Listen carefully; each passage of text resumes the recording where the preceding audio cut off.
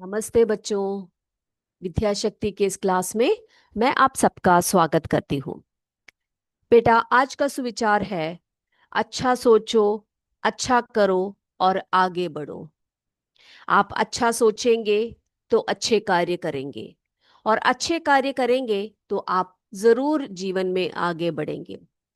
तो इसी सुविचार के साथ आज की कक्षा को हम स्टार्ट करते हैं।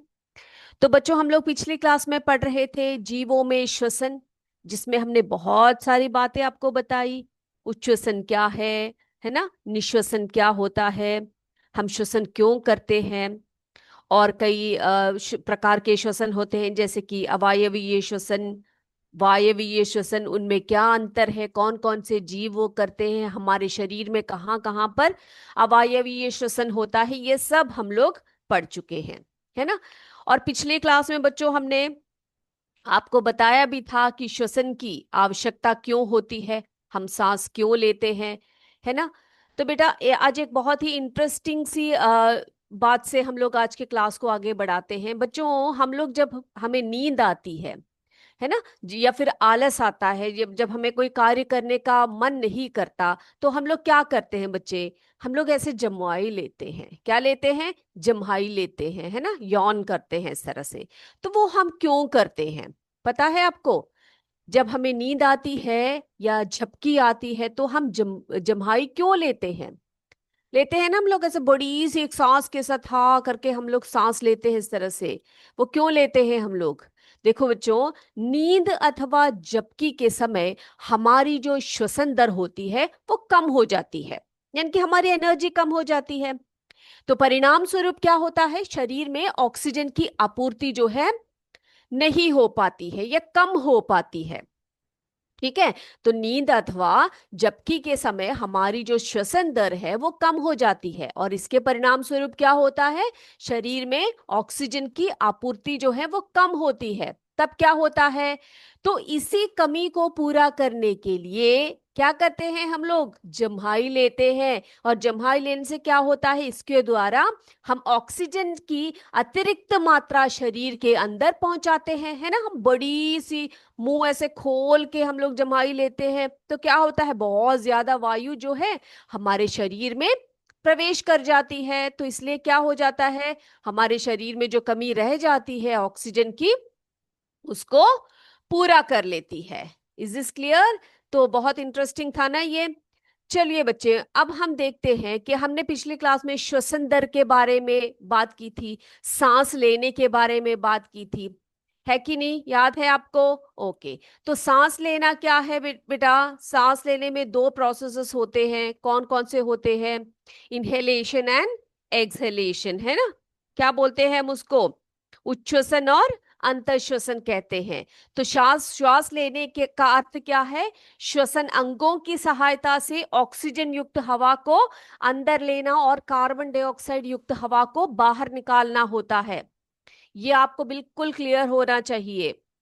और क्या है, यह एक सतत प्रक्रिया है जो जीव के पूरे जीवन काल में चलती रहती है ना। पूरे जीवन काल में जब तक वो जीव जो है जीवित रहता है, हम में क्या चलता रहता है, श्वसन की प्रक्रिया जो है चलती रहती है। जब श्वसन की प्रक्रिया रुक जाती है तो हम उस जीव को सजीव नहीं कहेंगे, वो जीव जो है मृत हो जाता है ना। तो श्वास लेने में सांस लेना और छोड़ना जो है शामिल है। तो ये हमने पिछली क्लास में पढ़ा था, बस एक आपको एक और बार रिवाइज करवा देते हैं। तो श्वसन जो है, यानी कि इसमें जो है अंतःश्वसन, है ना। तो शरीर जिसको हम इंस्पिरेशन या इनहेलेशन कहते हैं, उसमें क्या होता है, कौन सी हवा को भरपूर शरीर में लेने की प्रक्रिया होती है, ऑक्सीजन की, है ना। कौन सी वायु, ऑक्सीजन से भरपूर हवा को शरीर में लेने की प्रक्रिया को हम क्या कहते हैं, श्वसन, अंतःश्वसन कहते हैं, इनहेलेशन कहते हैं। अब उच्छ्वास क्या होता है, कार्बन डाइऑक्साइड से भरपूर हवा को बाहर निकालने की जो प्रक्रिया होती है उसको उच्छ्वास कहा जाता है ना। उच्छ्वसन या उच्छ्वास कहा जाता है, एक्सहेलेशन कहा जाता है। और यहाँ पर कौन सी वायु है, कार्बन डाइऑक्साइड है ना। कौन सी गैस है यहाँ पर, कार्बन डाइऑक्साइड है। और श्वास दर, जिसे हम रेस्पिरेशन रेट कहते हैं, ब्रीथिंग रेट या रेस्पिरेशन रेट कहते हैं, वो क्या होता है? एक व्यक्ति 1 मिनट में जितनी बार सांस लेता है उसे हम श्वास दर या ब्रीथिंग रेट या रेस्पिरेटरी रेट कहते हैं। इसको नोट करके रखना है आपने। श्वास दर, एक व्यक्ति 1 मिनट में जितनी बार सांस लेता है उसी को हम श्वास दर कहते हैं। और श्वास का अर्थ की क्या है बच्चों? एक बार सांस लेना और एक बार सांस छोड़ना। सांस लेते समय सांस लेना और छोड़ना बारी बारी से होता है ना? तो वो जो ब्रीथिंग प्रोसेस होता है वो कैसा होता है? बारी बारी से होता है, जिसमें कि एक अंतःश्वसन होता है, एक उच्च उच्च श्वसन होता है। यानी कि सांस को लेना और छोड़ना ये बारी बारी से होता है। अब बच्चों, एक बहुत ही इंपॉर्टेंट महत्वपूर्ण बात यह है कि कोई भी वयस्क व्यक्ति विश्राम की अवस्था में 1 मिनट में औसतन 15 से 18 बार सांस अंदर लेता और बाहर निकालता है। ठीक है, तो ये जो है इसको नोट करके आपने रखना है कि कोई भी एडल्ट एडल्ट यानी कि जो वयस्क व्यक्ति है वो विश्राम अवस्था में, रेस्टिंग पोजिशन में क्या करता है? 1 मिनट में औसतन, औसतन बोला गया है यहां पर, ठीक है, 15 से 18 बार सांस लेता है और बाहर निकालता है। लेकिन अधिक व्यायाम करने में श्वसन दर जो है 25 बार प्रति मिनट तक बढ़ जाता है। आपको पता है, आप दौड़ भाग करते हो, कोई भी काम तेजी से करते हो, खेलते हो, कूदते हो, तो उस समय क्या होता है? हमारा श्वसन दर जो है वो बढ़ जाता है। हमारे शरीर को ऑक्सीजन की ज्यादा आवश्यकता पड़ती है, तो क्या होता है? श्वसन दर जो है वो बढ़ जाता है। तो 25 बार प्रति मिनट तक बढ़ सकती है। जब हम व्यायाम करते हैं तो हम न केवल तेजी से सांस लेते हैं, हमें पता है जब दौड़ते हैं, भागते हैं, खेलते कूदते हैं तो हमारी सांस जो है तेजी से चलती है। हम न केवल तेजी से सांस लेते हैं बल्कि हम गहरी सांस भी लेते हैं और इस प्रकार अधिक ऑक्सीजन ग्रहण कर लेते हैं। तो क्या करते हैं हम लोग? तेजी से सांस लेते हैं और गहरी सांसें भी लेते हैं, जिससे कि हमारे शरीर को जो कमी पड़ गई है सांस की, यानी कि हमारे शरीर में जो ऑक्सीजन की कमी पड़ गई है उसको पूर्ति किया जाता है। ठीक है, इसको नोट करके रखिए। तो सांस लेना क्या है आपको पता लग गया है। सांस लेना जो है उसमें अंतःश्वसन और उच्छ्वसन आता है। श्वास दर क्या है? श्वास दर जो है 1 मिनट में एक व्यक्ति जितनी बार सांस लेता है उसी को श्वास दर कहते हैं। और कोई वयस्क व्यक्ति विश्राम की अवस्था में औसतन 1 मिनट में 15 से 18 बार से सांस लेता है। लेकिन अधिक व्यायाम या अधिक कार्य करने पर, अधिक काम करने पर हमारे शरीर को ऑक्सीजन की मात्रा बहुत ज्यादा चाहिए, इसीलिए श्वसन दर जो है 25 बार प्रति मिनट तक बढ़ सकती है। तो इसको बिल्कुल क्लियर करके रखिएगा अपने मन में श्वसन दर के बारे में। ठीक है, चलिए बच्चों, अब हम बात करते हैं हमारी जो श्वसन अंग है ना? श्वसन अंग के बारे में भी आपको पिछली क्लास में डिटेल में बताया था कि हमारे श्वसन अंग जो है कौन कौन से हैं, उसमें क्या क्या आते हैं, वो कहाँ पर स्थित है, ये सब आपको बताया था। यही था ना हमने जो पिछली क्लास में देखा था। तो बच्चों, क्या क्या क्या हमारे जो श्वसनांग है वो क्या क्या है, कहाँ कहाँ से शुरू होते हैं? देखो, हमारे नथनों से हम लोग सांस लेते हैं, वो सीधे पहुंचती है हमारी वायु नली। ओके, उसके बाद क्या होता है? वायु नली से होकर ये कहाँ पर पहुंचती है? श्वसनिका में पहुंचती है ना? श्वसनिका, ये जो हमारे जो ट्रकिया है या वायु नली है, ये 2 भागों में विभाजित होती है और एक एक फेफड़ों के अंदर ये जाती हैं। फेफड़ा आपको दिखाई पड़ रहा है ना? यहाँ पर देखिए, दोनों साइड्स में दिखाई पड़ रहे हैं फेफड़े या lungs.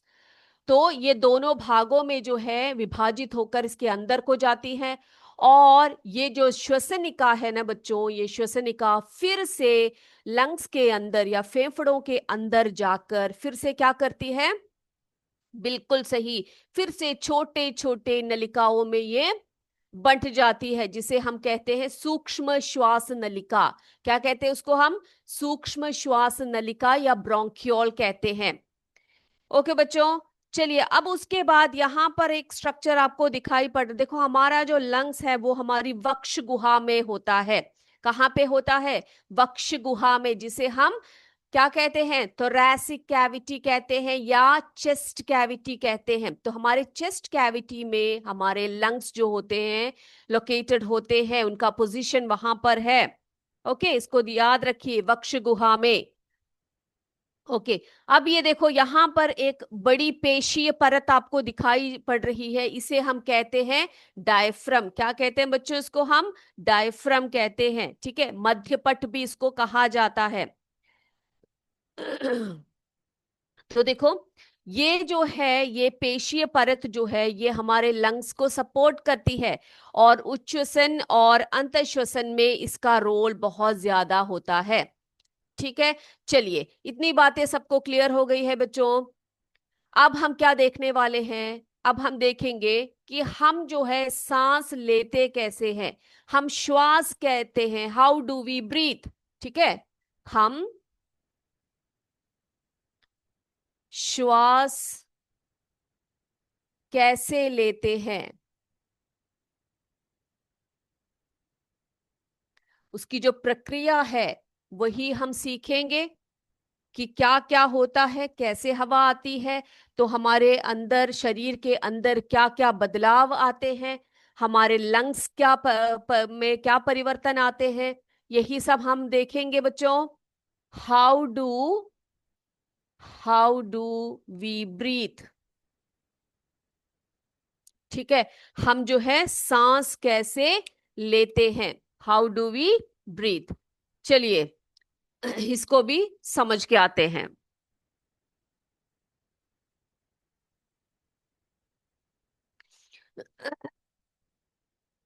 How do we breathe. तो बेटा, हम श्वास कैसे लेते हैं, हाउ डू वी ब्रीथ, तो इसमें क्या क्या प्रक्रियाएं होती है देखते हैं। तो बच्चों, हमें पता है हम अपने नथुनों से, नासा द्वार से या नेसल कैविटी से क्या करते हैं? वायु को अंदर लेते हैं। बहुत बढ़िया, हम अपने नथुनों से, नासा द्वार या नॉस्ट्रिल से वायु को अंदर लेते हैं। फिर क्या होता है? जी हाँ, जब हम वायु को अंतःश्वसन द्वारा अंदर लेते हैं, तो हमारे नथुनों में, वो नथुनों से वो कहाँ चला जाता है? नासा गुहा में चला जाता है, नेसल के कैविटी में जो है वो चला जाता है ना। फिर क्या होता है? अब नासा गुहा से वायु कहाँ जाती है बच्चों? चलिए, श्वास की नली से होकर हमारे फेफड़ों में चली जाती है। कहाँ से जाती है? श्वास नली अथवा ट्रकिया से होकर हमारे लंग्स में, हमारे फेफड़ों में वो चली जाती है। उसके बाद फेफड़े कहाँ पर स्थित है? फेफड़े जो है वक्ष गुहा में स्थित है। कहाँ पर स्थित है बच्चों? वक्ष गुहा में, जिसे हम चेस्ट कैविटी या thoracic कैविटी कहते हैं। यहाँ पर देख रहे हो ना आप लोग, एक कैविटी है, इसी कैविटी में जो है हमारे फेफड़े या लंग्स होते हैं। अब वक्ष गुहा पार्श्व में पसलियों से घिरी होती है। तो बच्चों, हमारे शरीर में जो स्केलेटल सिस्टम है उसका एक बहुत महत्वपूर्ण भाग है ये रिब्स, है ना। ये देख रहे हो आप लोग, ये स्केलेटल सिस्टम का एक भाग है जिसे हम रिब्स कहते हैं या पसलियां कहते हैं।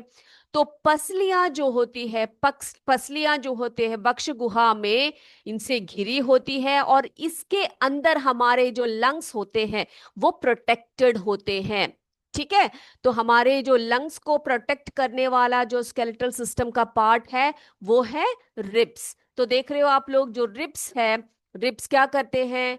क्या करते हैं बेटा? पसलियां जो होती है, हमारे जो लंग्स है, जो हमारे फेफड़े हैं, उनका संरक्षण करते हैं। इतनी बातें क्लियर है? चलिए, अब यहां पर आपको बताया था मैंने, एक पेशीय परत होती है जिसे हम डायफ्रम कहते हैं या मध्यपट कहते हैं। वक्ष गुहा को जो है आधार प्रदान करती है। क्या करती है? एक सपोर्ट प्रदान करती है ये डायफ्रम। और भी बहुत सारे रोल्स है डायफ्राम के। देखो बच्चों, श्वसन में डायफ्राम और पसलियों से बने पिंजर की गति सम्मिलित होती है। जब हम श्वास लेते हैं या छोड़ते हैं, उसको हम श्वसन कहते हैं। उसमें क्या होता है, डायफ्राम और पसलियों से बना जो पिंजर है, जो रिब केज है, उसकी गति में जो है काफी चेंजेस आते हैं। ठीक है, तो उसमें उनकी गतियां भी जो है शामिल होती है। चलिए, अब अंत श्वसन के समय क्या होता है, हमारी जो पसलियां होती है वो ऊपर और बाहर की ओर गति करती है ना। जब हम श्वास अंदर लेते हैं तो क्या होता है, पसलियां जो है ऊपर और बाहर की ओर गति करती है, और डायफ्राम क्या हो जाता है, नीचे की ओर गति करता है। क्यों करते हैं, क्योंकि हम लोग श्वास को अंदर लेते हैं तो हमारी क्या हो जाती है, हमारी जो वक्ष गुहा है उसका जो स्थान है, यानी कि उसकी जो कैविटी होती है वो बहुत ज्यादा बढ़ जाती है, इंक्रीज हो जाती है ना। हम सांस अंदर ले रहे हैं तो जगह चाहिए ना उसके लिए। तो क्या होता है, पसलियां ऊपर और बाहर की ओर गति करती हैं, और डायफ्राम क्या हो जाता है, नीचे की तरफ हो जाता है। इसको और भी अच्छी तरह से एक एक्टिविटी के तौर पर हम आपको समझाएंगे। चलिए, अब यह गति हमारी वक्ष गुहा के आयतन को बढ़ा देती है ना। उसके अंदर की जो कैविटी है उसका जो आयतन है उसको बढ़ा देती है, एरिया जो है उसको बढ़ा देती है, और वायु फेफड़ों में आ जाती है। वायु कहाँ जाती है, फेफड़ों में आ जाती है। और क्या होता है, फेफड़े जो है वायु से भर जाते हैं। फेफड़े क्या हो जाते हैं, वायु से भर जाते हैं, बिल्कुल सही। और क्या होता है बच्चों, उच्च श्वसन के समय क्या होता है, हमारी जो पसलियां हैं नीचे और अंदर की ओर जाती हैं। पसलियां क्या होती हैं, नीचे और अंदर की ओर जाती हैं, जबकि डायफ्राम जो है ऊपर की ओर अपनी पूर्व स्थिति में, आप देख रहे हो यहां पर, ऊपर की ओर अपनी पूर्व स्थिति में आ जाता है। क्यों, क्योंकि अभी वहां पर जगह की जरूरत नहीं है, श्वास जो है बाहर निकल चुका है ना। तो देखो कितने कम समय में, सेकंडों में ये सब क्रियाएं, प्रक्रियाएं जो है हमारे शरीर में होते हैं। और इससे क्या होता है, इससे जो है वक्ष गुहा का आयतन जो है क्या हो जाता है, कम हो जाता है ना। वक्ष गुहा का आयतन, उसका जो एरिया है थोरैसिक कैविटी का या चेस्ट कैविटी का, जिसे हम वक्ष गुहा कहते हैं, उसका एरिया जो है वो कम हो जाता है, क्योंकि लंग्स जो होते हैं उसमें से जो सांस होती है उसको बाहर छोड़ देती है। ओके, फिर क्या होता है बच्चों, तो इसी को इसी कारण जो होता है, वायु फेफड़ों से बाहर धकेली जाती है। क्या हो जाता है, जो वायु है वो धकेल दिया जाता है, जिसे हम बोलते हैं एक्सहेलेशन। इतनी बातें सभी बच्चों को क्लियर हो गई है बेटा, हो गई है तो आप बताइए। तो देखो क्या क्या बताया मैंने आपको, एक और बार जरा देख लेते हैं। जब हम नथनों से, अपने नासा द्वार से वायु को अंदर लेते हैं, ऑक्सीजन युक्त वायु को अंदर लेते हैं, है ना, उसी को हम अंतःश्वसन कहते हैं। तो ये हमारे नथनों से हमारी नासा गुहा में चली जाती है, और नासा गुहा से वायु जो है श्वास नली से होकर हमारे फेफड़ों में आ जाती है, और फेफड़े वक्ष गुहा में स्थित होते हैं। वक्ष गुहा पार्श्व में पसलियों से घिरी होती है, रिब से घिरी होती है ना, रिब्स होते हैं वहां पर। और वहां यहां पर देखो एक पेशीय परत होती है जिसे हम मध्यपट, डायफ्राम कहते हैं। और ये क्या करती है, ये वक्ष गुहा को क्या करती है, आधार प्रदान करती है। और श्वसन में डायफ्राम और पसलियों से बने पिंजर की गति जो है सम्मिलित होती है। तो इनका रोल जो है बहुत इंपॉर्टेंट है। अंतःश्वसन के समय पसलियां ऊपर और बाहर की ओर गति करती हैं, और डायफ्राम जो है वो नीचे की ओर गति करती है। और ये गति क्या करती है, ये हमारी वक्ष गुहा के आयतन को बढ़ा देती है ना। और क्या करती है, फेफड़ों में वायु भर जाता है। और उच्च श्वसन के समय क्या होता है बच्चों, पसलियां नीचे और अंदर की ओर जाती हैं, जबकि डायफ्राम ऊपर की ओर अपनी पूर्व स्थिति में आ जाती है। इससे वक्ष गुहा का आयतन जो है वो कम हो जाता है, और इसी कारण वायु फेफड़ों से होकर बाहर को धकेला जाता है। तो ये है हमारा ब्रीथिंग प्रोसेस। इसमें क्या क्या हुए, क्या क्या होता है, उच्च श्वसन में क्या होता है, हमारी पसलियों का रोल क्या है, फेफड़ों का रोल क्या है, ये सब आपने देखा। इसको चलिए बच्चों हम लोग एक और प्रक्रिया, एक क्रियाकलाप है, उससे हम लोग समझते हैं। चलिए यहाँ पे आप देख सकते हैं, देखो हम क्या करने वाले हैं, ये आपके पुस्तक में भी जो है ये गतिविधि दी हुई है, ठीक है। तो इसके लिए हमें किन किन चीजों की आवश्यकता होती है। देखो हमारे पास क्या है, एक प्लास्टिक का एक चौड़े मुंह वाला एक बोतल हमें चाहिए, ठीक है, देख लिया आपने। और यहाँ पर देखिए कॉर्क है, कॉर्क देखा आपने, यहाँ पर एक होल है और एक ब्लेड है हमारे पास। यहाँ पर हमारे पास वाई आकार की जो है कांच अथवा प्लास्टिक की एक नली है, वाई ट्यूब कहते हैं हम इसको, ठीक है। और यहाँ पर क्या है बच्चों, एक प्लास्टिक का रबर शीट है, सॉरी रबर का शीट है। और यहाँ पर जो है क्या है, दो बैलून्स, दो गुब्बारे दिए हैं, ए और बी करके इनका नाम जो है हमने रखा है। चलिए शुरू करें हम लोग। अब क्या करने वाले हैं हम लोग, ओके, सबसे पहले हम बोतल को निकालते हैं। अब क्या करेंगे, बोतल को हम यहां से इस भाग से काटेंगे, ठीक है। काटने के लिए हमें ब्लेड की आवश्यकता है, ब्लेड से हमने इसको काट दिया। अब क्या करेंगे बच्चों, अब इस कॉर्क को हम इसके मुंह पर लगाएंगे, ढक देंगे इसको। अब यहां पर हमारे पास क्या है, वाई शेप जो है, क्या है हमारे पास, एक वाई ट्यूब रखा हुआ है। देखा आपने, ये जो वाई ट्यूब है ये किसका कार्य करेगा, ट्रकिया का और ब्रोंकस का, ठीक है। ब्रोंकाई का काम ये करेगा, श्वास नलिकाओं का काम ये करेगा। अब देखते हैं क्या होता है, क्या होता है बेटा। अब क्या करने वाले हैं हम लोग, अब बलून्स लेंगे हम लोग, ठीक है। दो बलून्स हमने ले लिए, एक को पहले यहां पर फिक्स कर दिया और दूसरे को हमने क्या कर दिया, यहां पर हम फिक्स करेंगे, यानी कि दूसरे ओर पर हम लोग क्या करेंगे, इसको फिक्स कर देंगे। अब क्या करने वाले हैं हम लोग, इसको इंसर्ट कर देंगे इसके अंदर को। अब यहाँ पर जो हमारे पास रबर शीट है ना बच्चे, इसको हम लोग कस के, ये जो माउथ है इसका यहाँ पर जो है, जो हमने काटा है इस बोतल का, वहां पर हमने इसको बांध के रख दिया। अब बच्चों मुझे बताइए यहाँ पर ये क्या रिप्रेजेंट कर रही है, एक एक चीजें। वाइट ट्यूब के बारे में मैंने आपको बताया, ये हमारी श्वास नलिका को क्या करता है, जो है दिखा रहा है ना। और ये जो बलून्स है ना बच्चों, ये हमारे फेफड़ों को दर्शाता है, यानी कि हमारे लंग्स को रिप्रेजेंट कर रहे हैं। और यहाँ पर जो कैविटी है, यहाँ के अंदर देखा ना आपने, आपको पता है हमारे लंग्स कहाँ स्थित है, वक्ष गुहा में या चेस्ट कैविटी में है।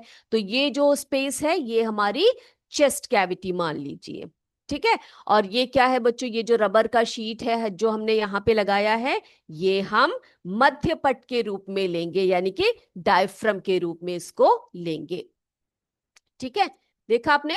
अब क्या करने वाले हैं, जैसे हम श्वास को अंदर लेते हैं, जब हम श्वास को अंदर लेते हैं तो आप देखना कि क्या क्या परिवर्तन आते हैं लंग्स में, डायफ्राम में, सब क्या क्या परिवर्तन आते हैं, जरा देखिएगा। ओके बेटा, जब हम सांस को अंदर लेते हैं तो क्या होता है, क्या होता है सांस को जब अंदर लेते हैं, तो देखिए हमारे जो फेफड़े हैं उसमें हवा भर जाती है, वायु भर जाती है। और हमारा जो आपने देखा वो जो डायफ्राम है वो नीचे की तरफ को आ रहा है, यानी कि स्पेस जो है इंक्रीज करेगा वो, है ना। तो क्या करने वाले हैं बेटा, the space of the bottle increases so the air passes through the balloons, है ना। जब स्पेस होगी उसमें थोरैसिक कैविटी में, तभी तो अंदर हवा भरेगी और क्या होगा, हाँ लंग्स भरेगा और वहां पर हमें काफी जो एरिया मिलेगा, है ना। तो इसी कारण से, तो क्या क्वेश्चन था आपका, बलून्स क्यों इन्फ्लैटन हुए, है ना। तो ये देखिए यहाँ पर आप देख सकते हैं, अब हवा को जब हम बाहर छोड़ते हैं, है ना, उच्छ्वसन के समय जब बाहर हवा हमारी लंग से बाहर निकलती है तो क्या होता है, देखिए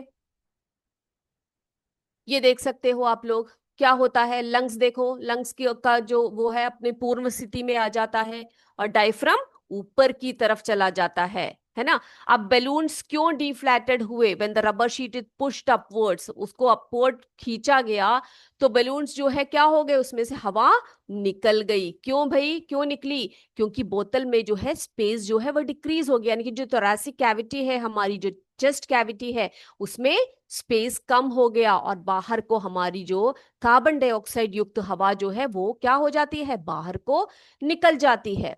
तो आपने देखा उच्चश्वसन और जो है हमारा निश्वसन के समय, है ना, यानी कि जो अंतःश्वसन और उच्चश्वसन के समय क्या क्या परिवर्तन हमारे शरीर में होता है, हमारी चेस्ट कैविटी में क्या क्या परिवर्तन होते हैं, ये सब आपने देख लिया, है ना। समझ गए ना आप इस चीज को? क्या बताया था मैंने आपको? बिल्कुल, कैसे हम श्वास लेते हैं उसमें हम क्या, हमें क्या होता है, हमारे नथुनों से जब हम लोग श्वास श्वास को लेते हैं तो वायु अंदर आती है, हमारे लंग्स में वायु जो है, फेफड़ों में जो है वायु भर जाती है। और जो है जो वक्षस्थल होता है हमारा, वहां पर क्या होता है, एक पेशीय परत होती है जिसे हम मध्यपट या क्या कहते हैं, उसको डायफ्राम कहते हैं। ये क्या करती है, इस वक्षस्थल को बिल्कुल सही, क्या आधार आधार प्रदान करती है, सपोर्ट देती है वो, है ना। और श्वसन के समय हमारी पसलियां बाहर की ओर गति करती है और डायफ्राम नीचे की ओर गति करता है, नीचे की ओर, देख सकते हो आप लोग, है ना। अंतःश्वसन के समय क्या होता है, जब लंग्स भर जाते हैं तो हमारा एरिया हमें चाहिए, तो क्या होता है, डायफ्राम जो है नीचे की तरफ गति करता है। और जो आयतन है, एरिया जो है वो बढ़ जाता है और फेफड़े वायु से भर जाता है। और उच्चसन के समय, इनहेलेशन के समय क्या होता है, हमारी जो पसलियां, जो हमारी रिबकेज होती है वो नीचे और अंदर की तरफ जाती हैं, ठीक है, रिबकेज की बात कर रही हूं मैं। और डायफ्राम की बात अगर करें तो ऊपर जो है अपनी पूर्व स्थिति में ये आ जाती है। तो इससे क्या होता है, वक्ष गुहा का आयतन जो है वो कम हो जाता है और इसी कारण वायु फेफड़े से बाहर को धकेला जाता है।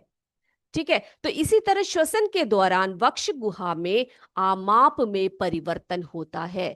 तो बच्चों, आप जब सांस लेते हो और छोड़ते हो, जरा जरा अपने चेस्ट पे हाथ रख के आप देख सकते हो, आप फील कर सकते हो, आप जब श्वास को, गहरी श्वास जब आप लेते हो, आपकी जो चेस्ट कैविटी है वैसे ऊपर की तरफ को उठता है, और जब आप क्या करते हो, उच्चसन करते हो, वो नीचे की तरफ को आ जाता है।